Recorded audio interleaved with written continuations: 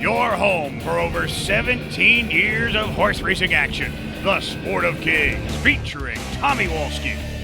On today's show, we have a very special treat for horse racing fans in Canada as we look at 2 decades of racing at Woodbine. And now here he is, BC's ambassador to horse racing, Mr. Tommy Walski. Hello everybody and welcome once again to this edition of the Sport of Kings, and it is a special edition of the show as we look back at unforgettable moments from Canadian thoroughbred horse racing history. The footage you're about to watch was provided by Woodbine Entertainment. It was produced by Rob Platt. Once again, sit back, relax, and enjoy with limited commercials. One single-day event defined 1996 for Woodbine Racetrack. This event helped to showcase the facility in its 40th year of operation.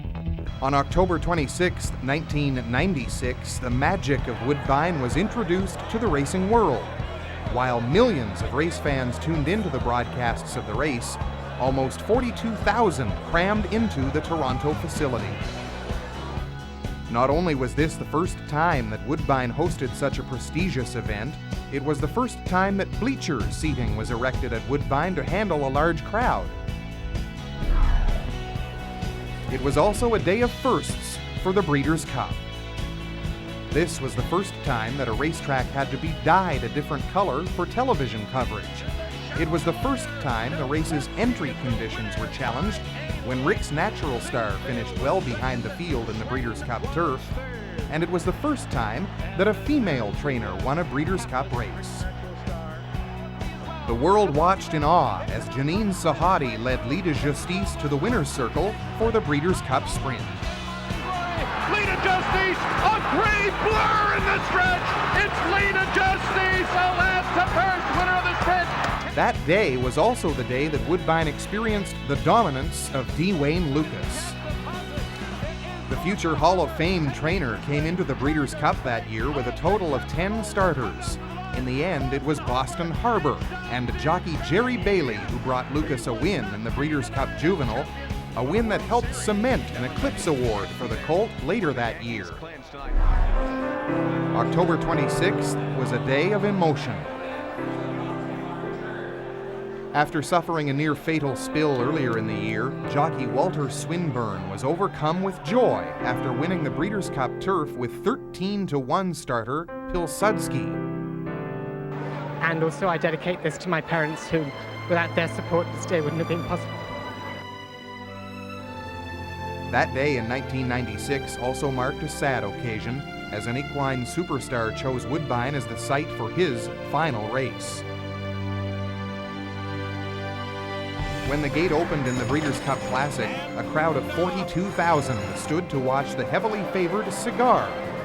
Hoping for a repeat of the previous year's event, the crowd cheered the champion on, as the final furlong was a 4-way battle that resulted in the closest finish of the day. At the wire, it was Alphabet Soup who prevailed by a nose over Preakness winner Louis XIV, leaving Cigar to finish third by a head. Though he was denied a final victory, Cigar was still the belle of the ball, leaving his fans with one of the most memorable stretch battles ever waged at Woodbine. Cigar, the heart of a champion, trying to get him. It's Alphabet Soup. Cigar on the outside. Louis XIV. Alphabet Soup has scored a shocking upset. Cigar has been denied another victory in the Breeders' Cup Classic. Another Breeders' Cup had come and gone. But this time, history was made on Canadian soil as Woodbine proved itself worthy of inclusion among the top racetracks in North America. In the 13 cups that I've been to, and we've had multiple injuries in all of them, I don't think we have ever been treated better. I don't think anybody has ever done a better job in the 13 cups prior to this one. I openly and publicly say to you, I think this is the best job anybody's done.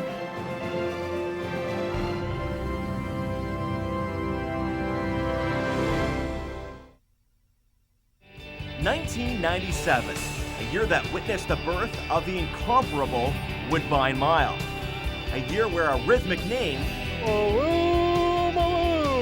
made track announcing oh so fun.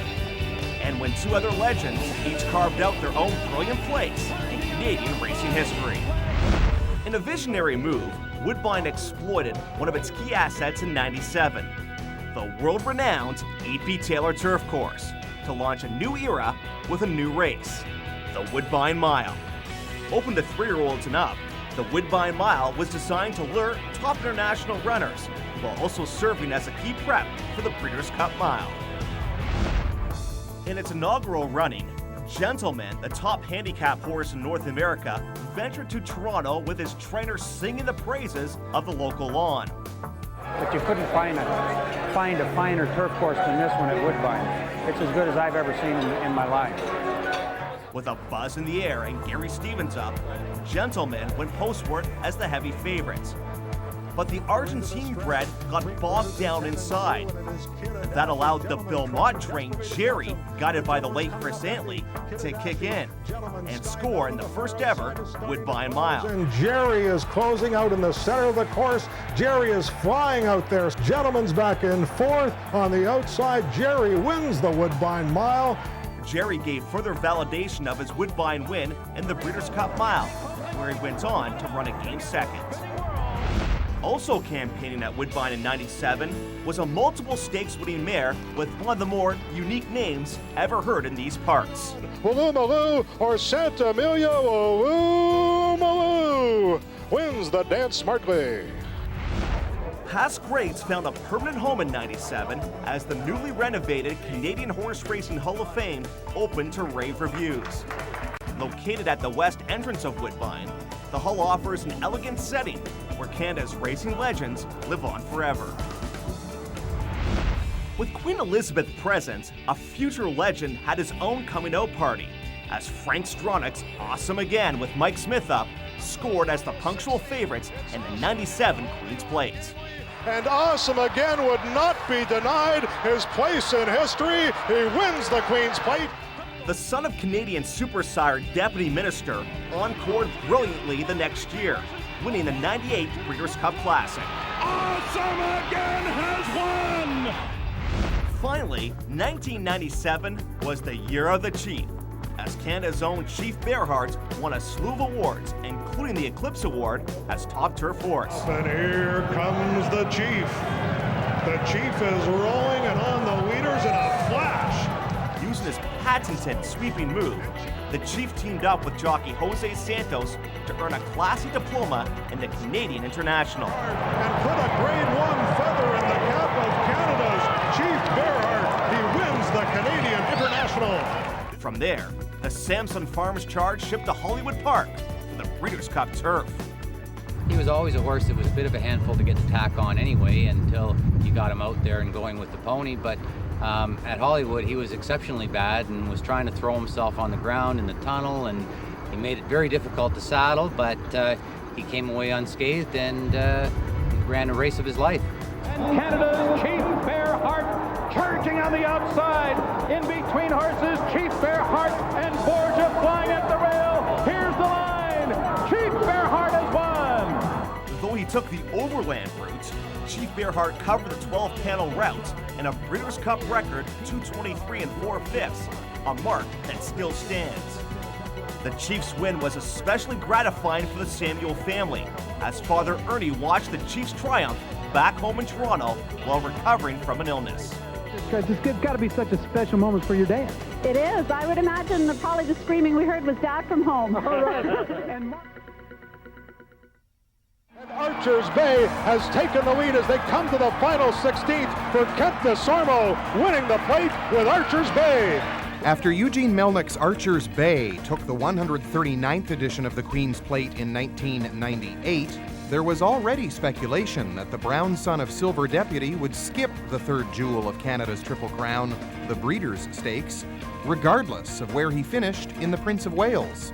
Sure enough, on August 16th, after taking the first 2 legs of Canada's Triple Crown, Archer's Bay skipped the Breeders' Stakes after winning both the Plate and the Prince of Wales, leaving the door open for Pinafore Park to capture the 1.5-mile victory. And the filly has taken the lead. It is Pinafore Park in front, and Pinafore Park, the filly, manhandles the males to win the Breeders' Stakes. After conquering the dirt oval at Woodbine in the Queen's Plate aboard Archer's Bay, superstar jockey Kent Desormeaux later returned to try his hand at glory on the E.P. Taylor turf. Aboard second-choice Labib for trainer Neil Drysdale, Desormeaux rallied the son of Learfan from the back of the pack to catch French invader Jim Antonic at the wire. And you get that I'm going to win feeling, you know, you start feeling light on your feet and really excited. And as we approached the wire, maybe 100 yards out, I asked him for his life, and he just exploded. Labib runs after Jim Antonic from the outside, down to these two. Here is the finish. Here is the wire. Labib, and a spectacular photo finish. The adrenaline pump, the thrill of victory, as we all say, and it's just glad to be here. Also in 1998, after 6,449 trips to the winner's circle, Sandy Hawley hung up his tack for the final time, retiring where his storied career began.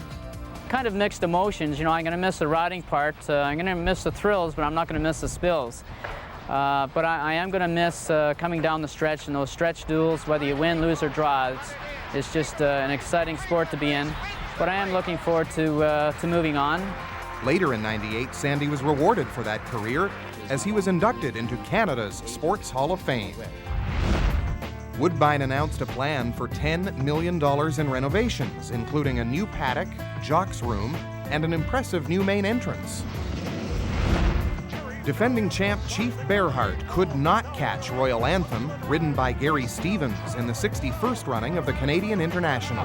Chief Bearheart is kicking in on the far outside, but his Royal Anthem got away on him. It is Royal Anthem leading it by 2.5. One last desperate push from the Chief, but England's Royal Anthem wins the Canadian International.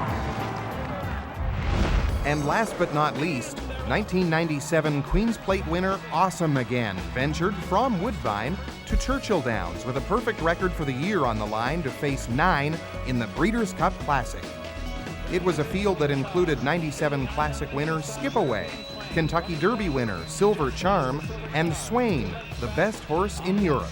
That was an all-star cast. I don't recall ever, in the course of my 32-year career, seeing a field of horses as deep in quality as that field. But Awesome Again would not disappoint, rallying in the final moments in one of the most memorable classics in Breeders' Cup history. Awesome Again has won!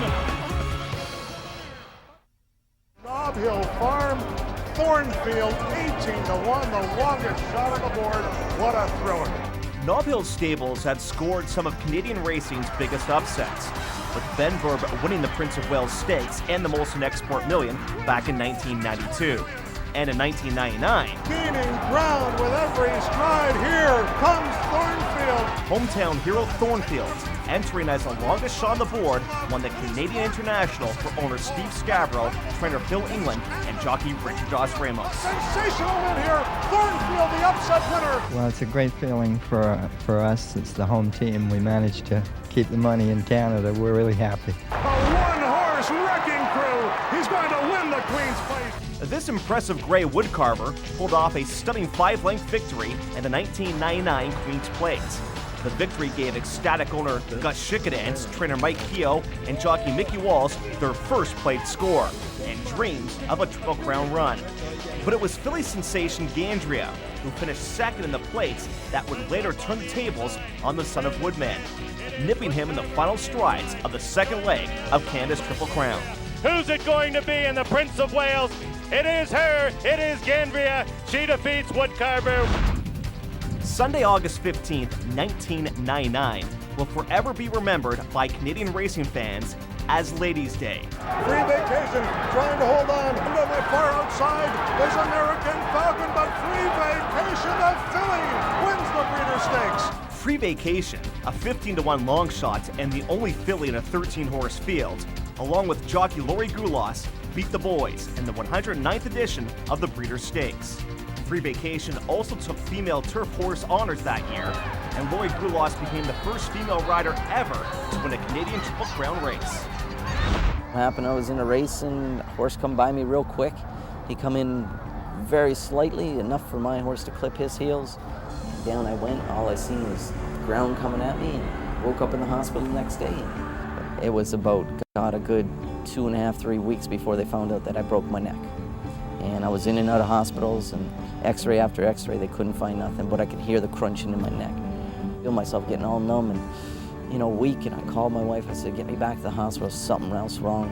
I could feel everything just getting numb everywhere, and I was getting pretty scared for my life, basically. The following day, they did the operation, and they said they didn't know if it was going to be successful or not, but they did all kinds of tests on me, and I couldn't feel my feet. I couldn't feel my whole upper body. I could feel my hands a bit, but they were numb as heck. And I was pretty scared. And they said, Mr. Lauzon, we're sorry, but we don't know if you'll ever walk again. And them words just set me back. I said, there's no way. I'm an athlete, I'm a professional. There's no way this could happen to me, and I was determined to get back. Jack Lauzon, and that's his secret. They got the job done. On May 8th, 1999, almost 33 months to the day he had his accident, Jack Lauzon defied the odds. It was nice to be on the horses and to be out there racing again. And then to win your first one all over again, it was just like winning my first race. I mean, it was exciting and thrilling for me. And finally, 1999 heralded the birth of the new $1 million Adel Mile. Favorite Hawksley Hill and Canadian hopeful Quiet Resolve were among North America's top turf specialists, ready to kick off the new event on the famed E.P. Taylor turf. But it was a controversial finish to the race that stole the headlines. It's going to be a tight one. Hawksley Hill in a thriller. Although Hawksley Hill had crossed the wire first, it was Rob Landry and Longshot Quiet Resolve who went into the record books as the $1 million winner, after Pat Day and Hawksley Hill were disqualified from first and placed fourth. Don't go away. The Sport of Kings will be right back.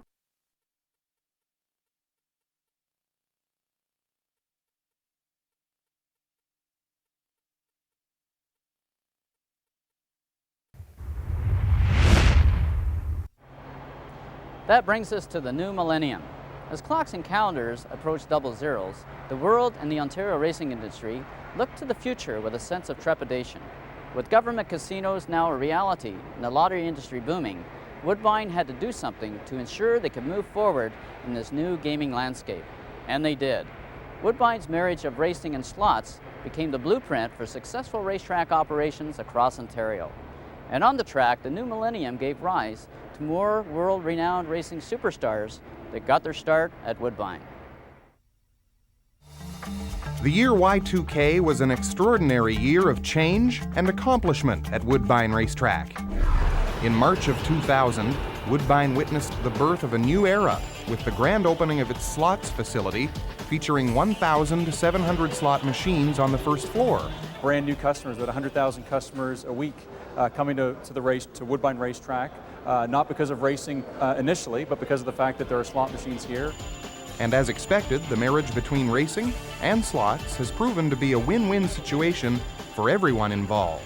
That type of meaningful gaming business has brought a significant increase in purses. Since that time, purses have doubled. Many customers who first came here because of slot machines have become fans of racing, and that really is what the program was all about. So it all began in the year 2000, and let's hope it'll continue for a very long time. It's been a great career. I could never knock it.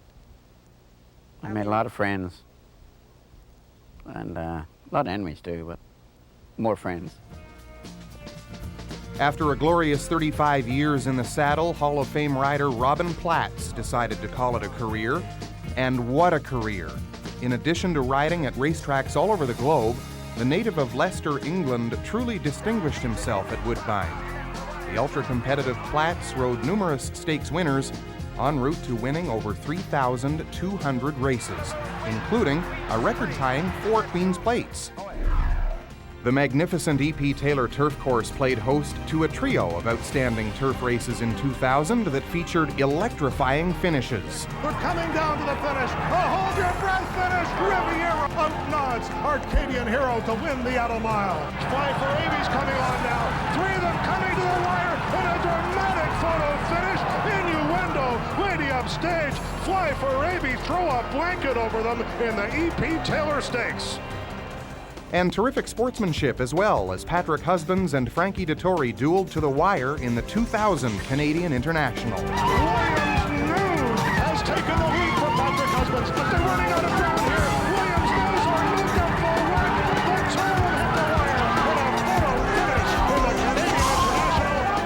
And up to this day, I would go to my grave saying I win that race, you know, but they say pictures don't tell lies, but I feel from my heart that picture tells lies, you know. Finally, the year 2000 also saw the passing of legendary owner, breeder, and Hall of Fame builder Ernie Samuel. Mr. Samuel's outstanding legacy includes having been the first Canadian owner to capture Breeders' Cup races with Dance Smartly in 1991 and Chief Bearheart in '97. Samuel also won an Eclipse Award in '91 as top owner and was awarded the Order of Canada in 1998. It was only fitting then in 2000 for his Samson Farm stable to completely dominate at Woodbine. In addition to campaigning Horse of the Year Quiet Resolve, Samson also won the Canadian Oaks. Here comes Catch the Ring. One final acceleration. Catch the Ring on the money. Beats her entry mate, Mountain Angel, to win the Oaks. As well as the Queen's Plate. And here comes Scatter the Gold. Scatter the Gold. The maiden wins the Queen's Plate. A triumph that was dedicated appropriately to the man who left his outstanding imprint on Canadian racing. This one's for Mr. Samuel, so it's kind of emotional right now, but Mr. Samuel, congratulations. Gut-wrenching photo finish in the Adel Mile. Stellar performances, rising stars, monumental upsets, new beginnings headlined Woodbine for two spectacular seasons of racing in 2001 and 2002. With the popularity of slot machines, the Ontario Jockey Club emerged as a leader in Canada's entertainment industry. 2001 marked the beginning of Woodbine Entertainment, fronted by new chairman, president, and CEO David Wilmot. One final acceleration. Dance Through the Dawn, trying to hold on for 70 more yards. Like her mother, like her brother. Dance Through the Dawn. By taking the 142nd running of the Queen's Plate, Dance Through the Dawn echoed the achievement made by her mother, Dance Smartly, 10 years earlier, and her brother, Scar the Gold, the year before. It would be the first time full siblings would win back-to-back plates. In the closest three-horse finish in the history of the Adel Mile, Canadian bred numerous times and Patrick Husbands nosed American Invader Firm Success and Canadian Quiet Resolve in the 2001 edition. Ready to set down a Good Journey.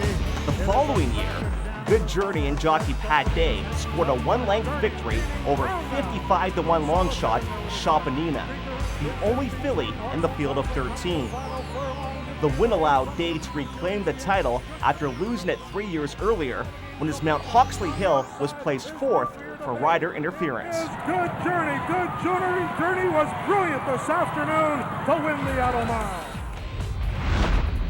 Bug rider Chantel Sutherland galloped her way to the top to become the country's top apprentice jockey in 2001. It's always been a dream to be a pro athlete, whether it was field hockey or riding horses, and I'm happy that I chose horses. With 124 wins under her belt and purse earnings of almost $6 million, Sutherland capped off her 2002 campaign with a second straight Sovereign Award. 2002 also marked the debut of another champion, as future Triple Crown winner Wando kick-started his outstanding career by taking both the Vandal and Grey Breeders' Cup Stakes. Here comes Wando. Migliori calls on him and he blows by Gigawatt. It is Wando in the final 16th of a mile, and Canada has a Breeders' Cup 2-year-old, and his name is Wando. He wins the Grey Breeders' Cup, and he does it impressively. Finally, 2002 saw the second biggest upset in the 143 runnings of the Queen's Plate.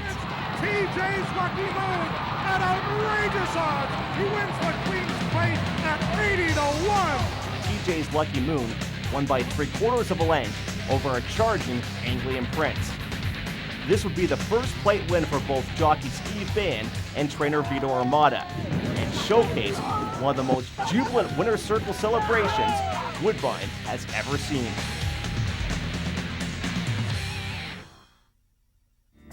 Woodbine jockeys dominated the headlines in 2003 and 2004, along with a couple of other astounding equine accomplishments. This is what you want. Veteran rider Todd Cable was by far the star. In 2003, he was the first jockey in Canada to reach $10 million in purse earnings, the leading rider with 160 wins, 29 of them stakes races, and a Sovereign Award as Canada's top jockey. Thank you very much. In 2004, Todd Cable becomes leading rider once again, with over $10 million in purse earnings and another Sovereign Award. But this time there was one more accomplishment that would put him in the news more than any other, equaling an almost 4-decade-old record held by Avelino Gomez. Cable does it. He equals Gomez's 36 stakes victories. My father had passed away, and before he passed away, he asked me to pick up my act and make the family proud, and I said I would, and I honored my word, and went on to achieve that for him, and we won the Sovereign Award, and like I say, I dedicated it to him, and I wasn't going to let him down. So it was a very emotional year and a strong year. If these exploits weren't enough, 2003 actually could have been a bigger year for the native of McCreary, Manitoba, had he made a different decision. The last time that Mike Keogh paddocked Wando in the paddock, I felt I had made the wrong decision, and wishing that I could still make the change, but I knew I couldn't. Owner Gus Schickadans and trainer Mike Keogh were in the enviable position of having two of the top horses in the 2003 Queen's Plate, Mobile and Wando. When Todd Cable chose Mobile, it was Patrick Husbands who got the call on the homebred son of Langfuhr, and it was Husbands who got to experience something only a lucky few could ever imagine. And the Triple Crown champion, Wando, was better than wonderful this afternoon. He was magnificent. There was another veteran rider who made headlines in 2003-2004. After 22 years in the saddle, Robert Landry was given the prestigious Avelino Gomez Memorial Award in '03. But it was the next year that the hometown Toronto boy finally got to experience the moment all Canadian jockeys dream of. Dreams can come true. Ligon and Robert Landry, they win the Queen's Plate. Not to be forgotten, veteran James McKnight capturing his 3,000th career victory at age 51. And Francine Villeneuve becoming the first woman to ever win the Avelino Gomez Memorial Award. Finally, a group of 5 equine stars made headlines in 2004 when 5 Woodbine track records fell within a span of 39 days. The biggest coming from 2004 Horse of the Year, Soaring Free, who not only set a stakes record in the Addo Mile, but also put his name into the North American record books with a new mark of 119-1 for 7 furlongs on the turf. Well, that's it for this edition of the Sport of Kings. And once again, on behalf of everyone here, we would like to say thank you for allowing us to spend this last half hour with you on this Saturday morning. One thing to leave you with, next week, 1 week from today, live horse racing comes back to Hastings Race Course. Remember to keep them straight, or we are going to get you on that final turn.